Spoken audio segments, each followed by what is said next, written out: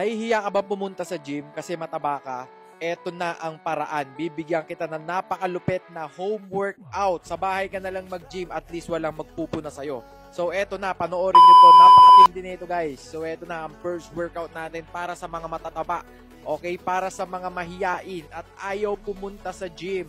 O kaya naman walang pera papunta sa gym. Eto na ang sinasabi kong Chest Monday. Sa bahay lang to guys. So syempre unang-unang gagawin natin ay ang tinatawag na push up.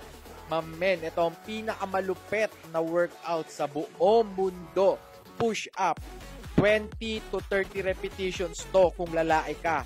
Pero kung babae ka naman, syempre pwede mong gawin 10 repetitions lang. At kung babae ka, nahihirapan ka, pwede mong isandal yung tuhod mo habang ginagawa mo tong workout na to. Okay?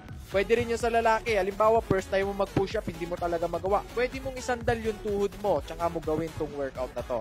So, napakatindi ko talaga. Kitang-kita nyo. Proper form dapat palagi ang ginagawa natin pag tayo ay nagwo-workout. Kahit anong workout yan, guys, dapat proper form. And, syempre, ang tips na mapapayo ko, huwag kayong mahihiya.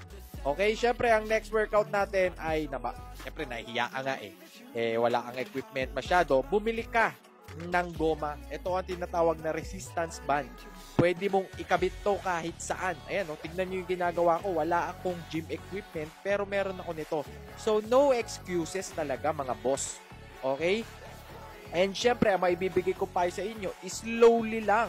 Ramdamin nyo pa rin yung muscle kahit na nasa bahay lang kayo. Okay? Hindi importanteng pumunta ka sa gym tsaka mo raramdamin yung muscle mo. Ang mahalaga, maramdaman mo kahit umuulan, syempre no excuses tayo. So, ang next workout natin, ito ang tinatawag na crossover in the bottom of the sea. Okay, sa ilalim. Okay, nasa ilalim. Tapos inaangat ko ang target muscle neto sa upper chest natin. Kung makikita nyo yung upper chest ko dito na nagpa-fire siya. Ayun, umaangat yung upper chest ko. So, napakatindi na itong workout na to. Ito na ang third workout natin. Syempre, magpapahinga kayo ng 1 minute each set. Okay? Tapos, 4 na ulit yung gagawin lahat ng workout na to. And, syempre, after nyan, grabe, ganito talaga na ito nangyari. Ito ang tinatawag kong alternate Wolverine workout. Okay, sa chest dito, ang target muscle naman nito guys sa ating middle chest. Ayan, kung makikita nyo, nagkakaroon ng guhit yung aking gitnang chest. Ayan, Wolverine. Ito yung workout ni Wolverine talaga. Ayan, kitang-kita nyo. Talagang napeplex lahat. Pati yung mga arms ko nadadamay. Pero ang main target talaga nito, yung sa ating middle chest, mamen. Ayan, kitang-kita nyo.